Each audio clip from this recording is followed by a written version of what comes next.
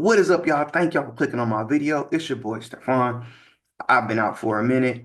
I've been posting on Twitter and Instagram and stuff like that, but life has been lifing to the point where I was unable to record videos. But I had to come on here and give y'all guys my final mock draft, picks 1 through 10.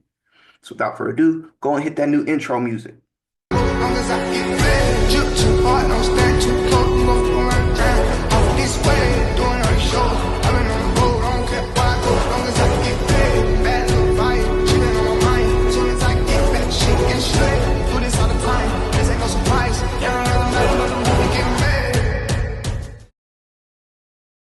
Shout out to TK Graphic Designs and Photography.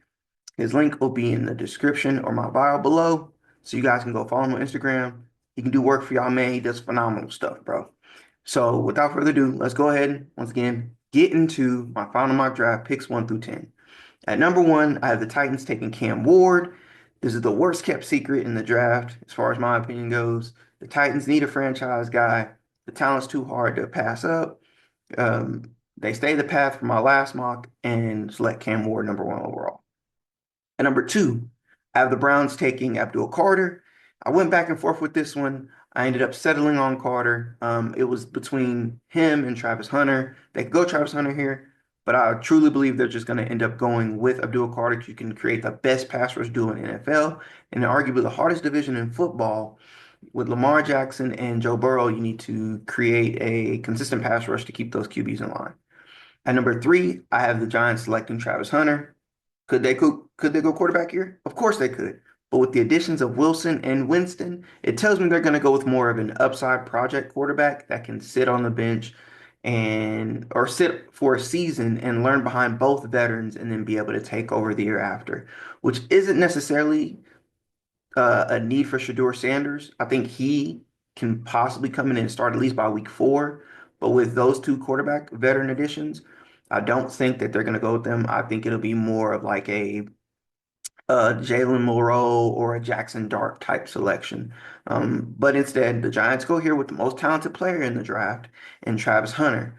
You can line him up alongside Malik Neighbors at the wide receiver position, or you can put him in that secondary with Banks, recent addition signings, Paulson Adebo, and Javon Holland. At number 4, I have the Patriots taking Will Campbell. Will Campbell is arguably the most battle-tested offensive tackle in this draft and has proven to be able to hold his own. Dang the arm measurables. If you watch the film, this young man has all the makings of a franchise offensive lineman, whether it be at tackle or down the line you decide to switch him to guard. And at number 5, I have the Jaguars taking Mason Graham. A young man with not too many holes in his game.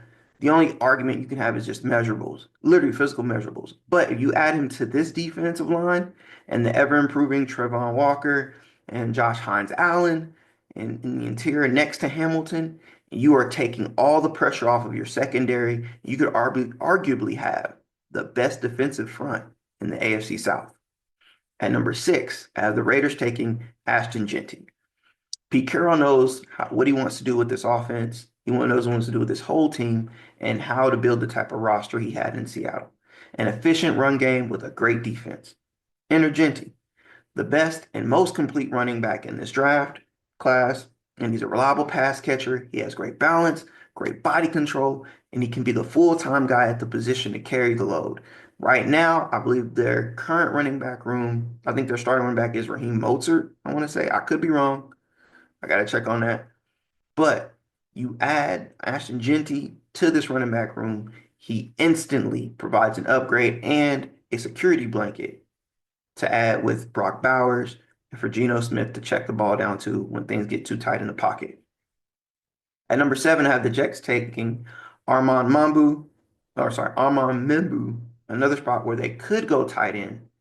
But I believe in this mock, they're prioritizing the offensive line. And Membu was impressive during the pre-draft process and the Senior Bowl practices. With last year's first round pick, Fashanu likely sliding over to the left side to take over that left tackle position. Membu can come in and be the right tackle, giving Fields one of the best offensive lines he's played with since he's joined the NFL. And at number 8, at the Carolina Panthers taking Jalen Walker. Now, as a Panthers fan, this choice is near and dear to my heart. So many fans want to take Tyler Warren or Ted McMillan. I'm not one of them. Jalen Walker provides uh, so much versatility on the defense. He can rush the passer, he can play back in the coverage, something that our defensive coordinator likes to have in his defense. He can also play the interior defensive, or I'm sorry, he can also play interior linebacker if he has to. And he has what we've been looking for at the edge position, and that's a dog. So next we have the Saints at number 9, Ted McMillan. Could Shedeur be in play here? Yes, he could. However, I don't think the Saints value him as highly right now as much as next year's draft class, and they have way too many holes to fill in on this offensive side of the ball and defensive side of the ball. Um, and they could end up taking one of more developmental quarterbacks in the draft in the later rounds. But right now, I got him going with wide receiver Ted McMillan.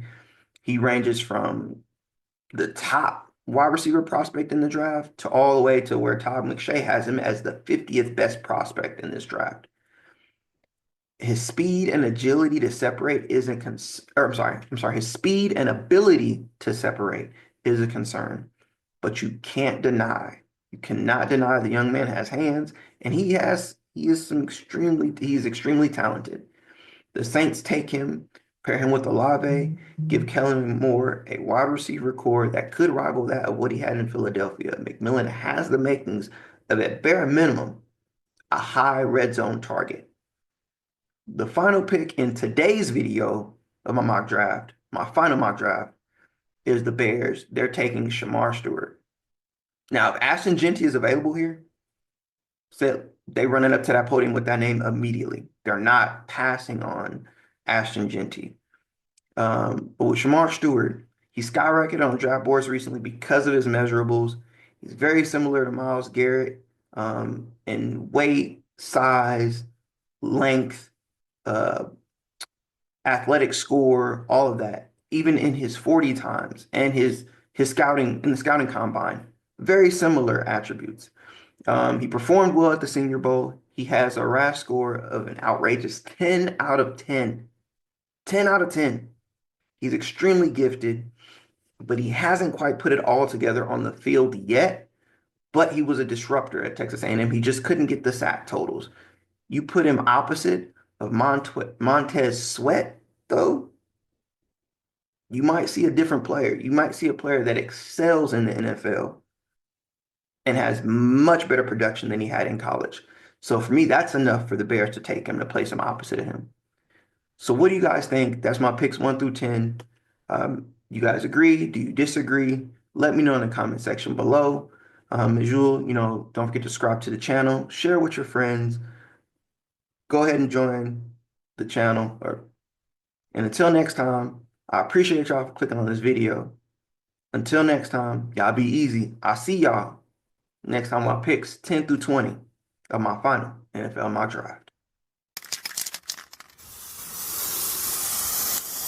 Wow.